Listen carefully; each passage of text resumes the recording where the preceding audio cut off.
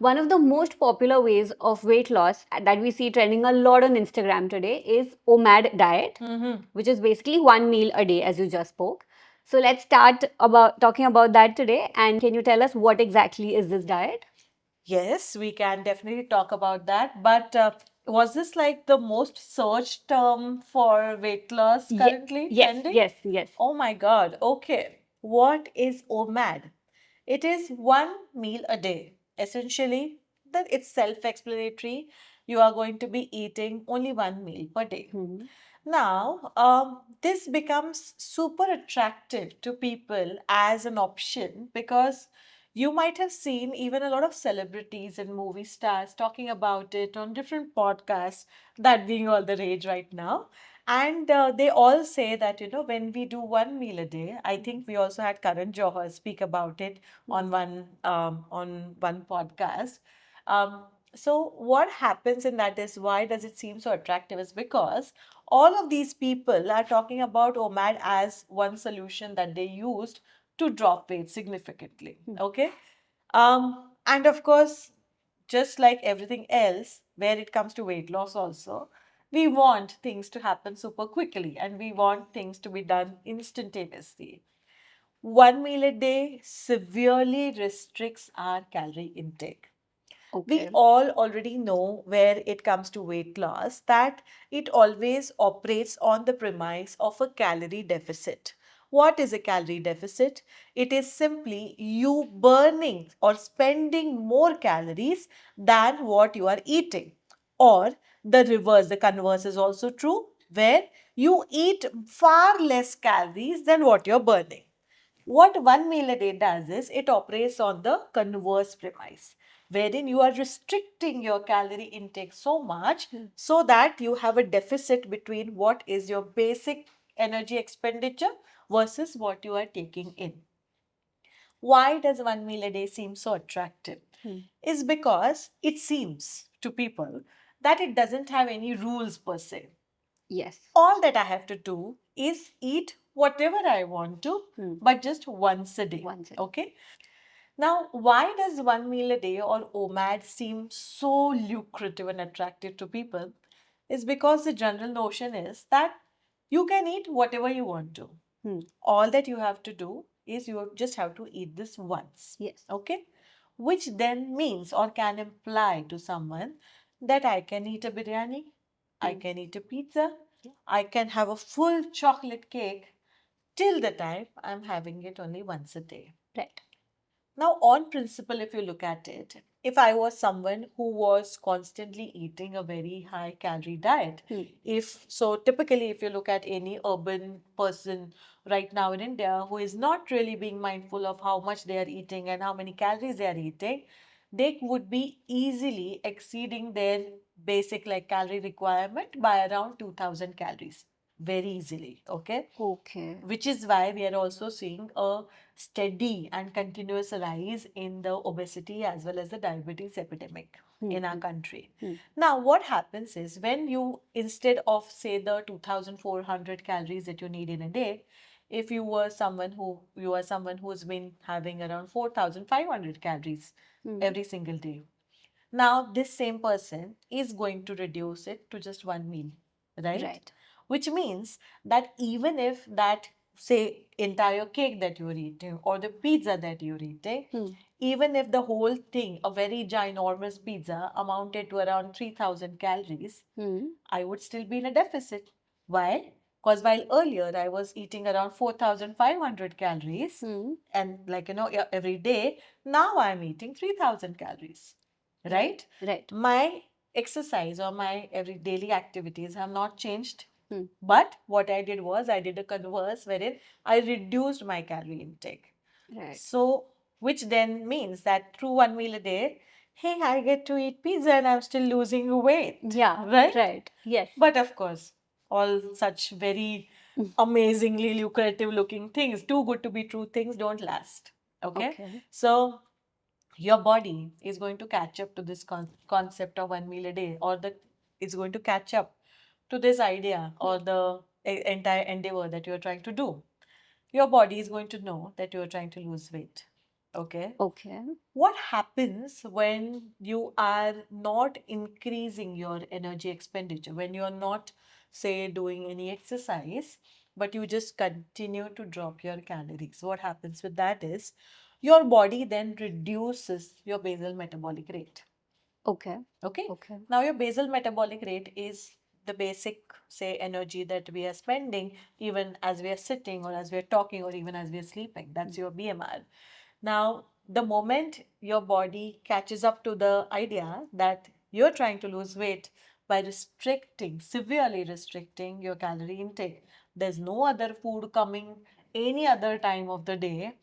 At best, you are eating only 0 calorie, like you're having 0 calorie beverages. Okay. Okay. And you're just going to have that one large meal as part of your OMAD. Your body is going to say that, hey, looks like you're trying to take my energy stores away. Okay. Okay. Now, obviously, what happens as a result of this is that your BMR is dropping, but the weight that you are losing, a large part of it is weight, like muscle weight that you're losing. Okay. Yeah. Okay. So, in one meal a day, Mm-hmm. contrary to what is the popular notion, you don't end up losing a lot of fat. You end up losing a lot of muscle. Oh, okay. And Okay. that's because you are not doing anything to preserve the muscle mass. You're not working out. Mm-hmm. Okay. So, which is why, or which is how, one meal a day is nothing but yet another calorie deficit. It's not nothing fancy. You're just severely limiting your calorie intake. And what will happen? I'm sure a lot of you might have tried the OMAD diet earlier, and you might have noticed that while in the first week you were able to eat whatever you fancied, the next week you might have seen that the weight will not drop or did not drop as much as you would have anticipated because of the food choices, and then you had to eventually eat lower calories in the week after, and this continues. So you find you come to a point where your body then is going to be like, I am going to become super efficient about conserving my energy expenditure, and which is why what I'm going to do now do is I will not expend any energies.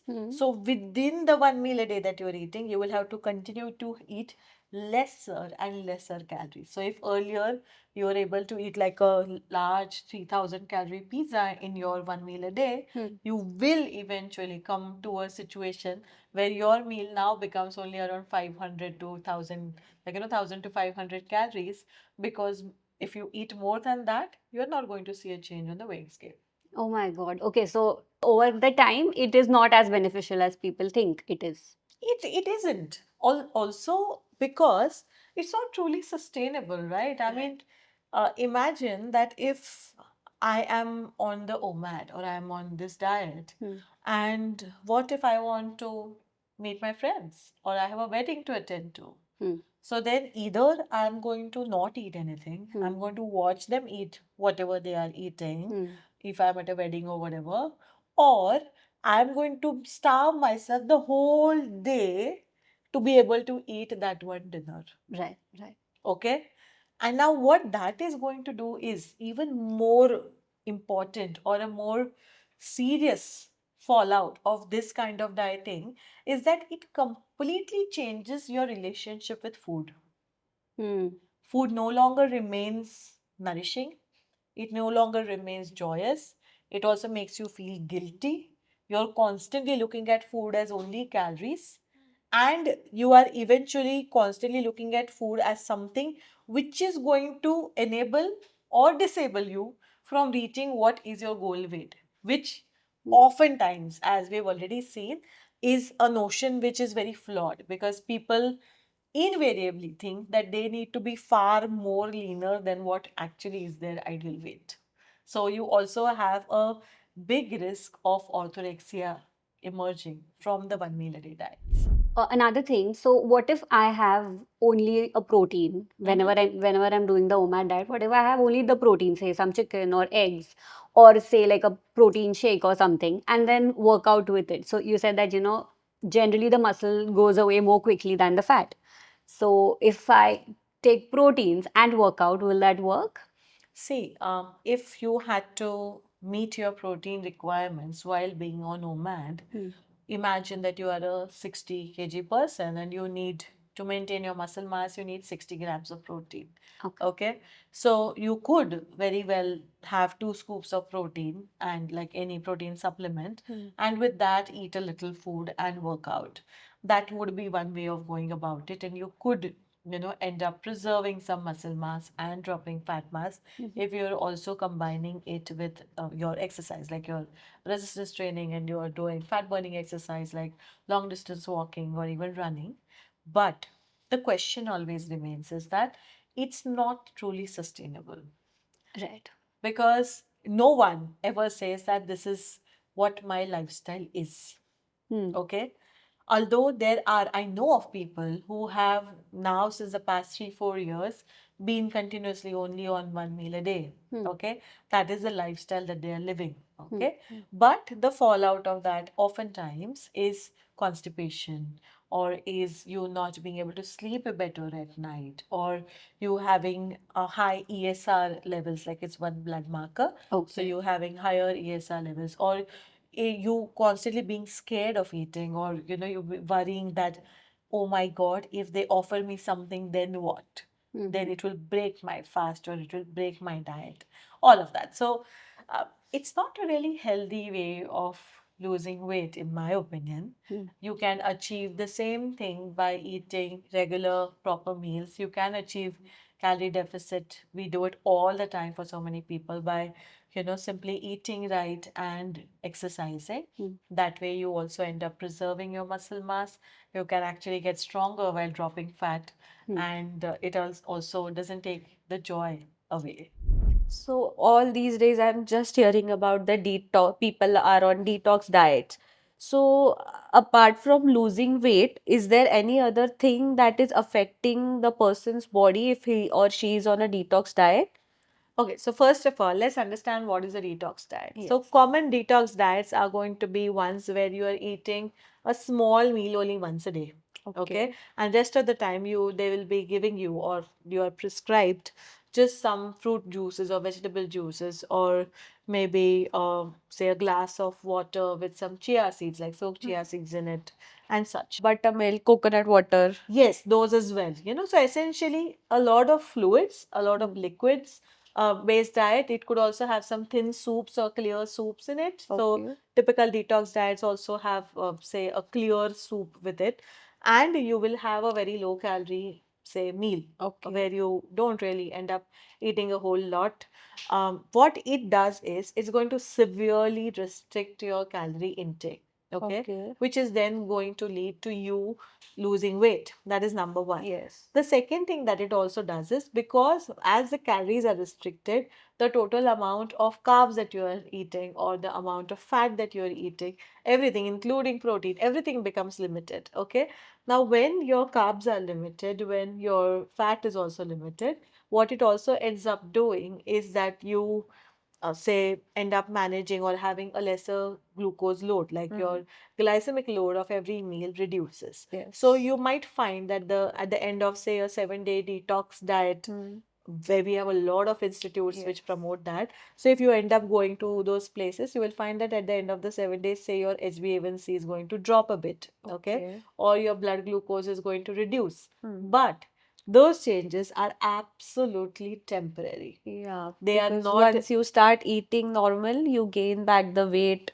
Precisely. Yeah, Everything comes back, because the moment you come back in your original environment, correct. you are going to eat the way you used to, which is Yeah. not super healthy, And assuming. not sustainable. Not sustainable at all. I mean, I think, to my mind, sustainability is the last problem with detox Yeah. diets. That's like the least of the problems with detox diet. The other damage that it causes, because even the weight loss that you end up undergoing as a part of the detox diet is also one where you end up losing a lot of muscle mass. Correct. Because you're not exercising, or even if you're exercising, you won't really have enough strength to be doing any heavy workouts.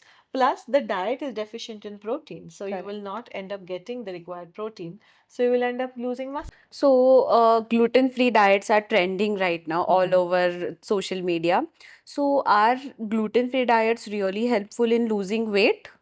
So gluten unnecessarily gets a very bad rep in the dieting circles because people find that if they move to a gluten-free diet, they lose weight. Now, why is that happening? That's happening simply because wheat by itself or wheat products form a very large component of the urban diet as we see today. So when you say that you now I'm gluten free to lose weight, what are you doing essentially? You are going to stop your chapati, you're going to stop the bread that you were eating, you're going to stop the cookies and biscuits, the pasta, and pizza, and noodles, All the junk food. everything goes off, right? Now, when that is happening, even the sev puri, Yeah. as in the pani puri puri. Yeah. So, chaat, everything gets Vada pav. eliminated. Vada pav, chola bhatura, everything is wheat and maida for that matter. Yes. So, when you eliminate so much food from your diet, you are inadvertently going to end up eating none of those things and you will have to eat something else. Now, because all of these food products are also very high in calories, avoiding them means, and especially if you're someone who loves your chole bhature and your pizzas and pastas, then you're not going to eat those things, and by default, you will end up being in a calorie deficit. Because of which you would lose weight. But do you need to stop eating gluten to lose weight? The answer to that is no. You can very well achieve weight loss even while you are eating your regular chapatis or having an occasional sourdough toast or something. You very well can do that. It's because weight loss, end of the day, it's a calorie math. It's about whether you are in a calorie deficit or not. So, just by virtue of being on a gluten free diet, you don't necessarily end up losing any weight. But the other thing that happens with a lot of gluten free diet, say, enthusiasts, is that they replace the gluten or the wheat with millets. Yes. My Right? next question was the same. What to eat if you are gluten free? Yeah, but let me explain that first in the weight loss context, okay? So when you are on a gluten-free diet, then you are going to end up eating millets because Yes. now you can't eat gluten, and millets don't have any gluten. Okay. Rice doesn't have any gluten, right? But people fail to understand in the weight loss context that the amount of carbs that you have in wheat compared with millets is pretty similar. Okay. Okay, so from an energy point of view or from a calorie point of view, you're not really changing anything by eating millets as compared to your wheat roti. But, and you can actually still gain weight even, or you can not drop even a single kg